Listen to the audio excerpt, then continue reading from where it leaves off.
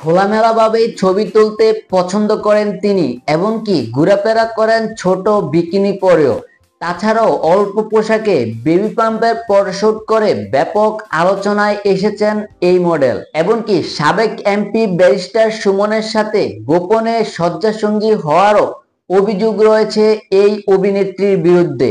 হ্যাঁ বলছি, ব্যাপক আলোচিত, সমালোচিত এবং বিতর্কিত মডেল এবং অভিনেত্রী ব্যারিস্টার প্রিয়া জান্নাতুলের কথা। আমার সাথে আছি। He is a wonderful person.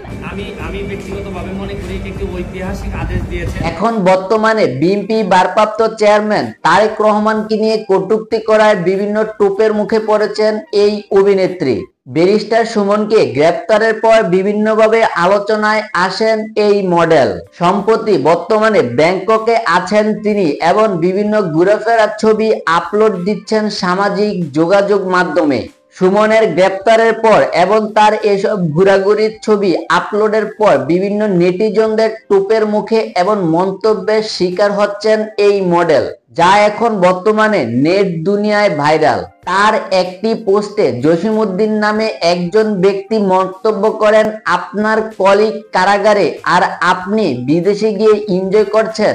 এর প্রতি উত্তরে প্রিয়া জান্নাতুল তারেক রহমানকে নিয়ে কটূক্তি করেন, কারণ সেই জসিমউদ্দিনের প্রোফাইল পিকচারে তারেক রহমানেরই ছবি ছিল। প্রিয়া জান্নাতুল বলেন, আপনার নেতা এক যুগেরও বেশি বিদেশে পলাতক আর আপনি আমার পোস্টে এসে কমেন্ট করেন। এমন মন্তব্যে রীতিমতো নেটিজেনদের টোপের মুখে পড়েছেন প্রিয়া জান্নাতুল।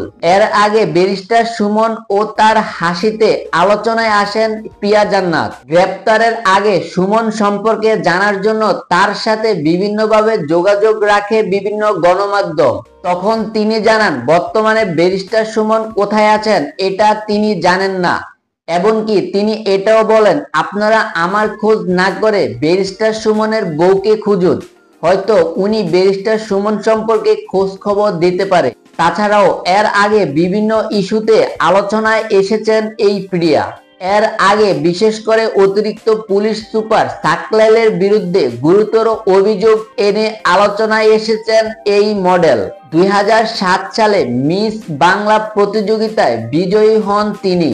এরপর থেকে কর্মজীবন শুরু করেন মডেলিং এর মাধ্যমে। ফ্যাশন মডেলের পাশাপাশি বিভিন্ন টেলিভিশনে বিজ্ঞাপনেরও অভিনেত্রী হিসেবে কাজ করেছেন এই প্রিয়া জান্নাত। 2011 সালে দক্ষিণ কোরিয়ায় আয়োজিত ওয়ার্ল্ড মিস ইউনিভার্সিটিতে শিরোপা অর্জন করেন এই মডেল। এছাড়াও মিশরে অনুষ্ঠিত ওয়ার্ল্ড টপ মডেল ফ্যাশনের মডেলিং এর মাধ্যমে তিনি সফলতা অর্জন করেন। ভিডিওটি পর্যন্তই। ভিডিওটি ভালো লাগলে চ্যানেলটি সাবস্ক্রাইব করে রাখবেন, পেজ থেকে দেখলে ফলো দিয়ে রাখুন। ধন্যবাদ সবাইকে।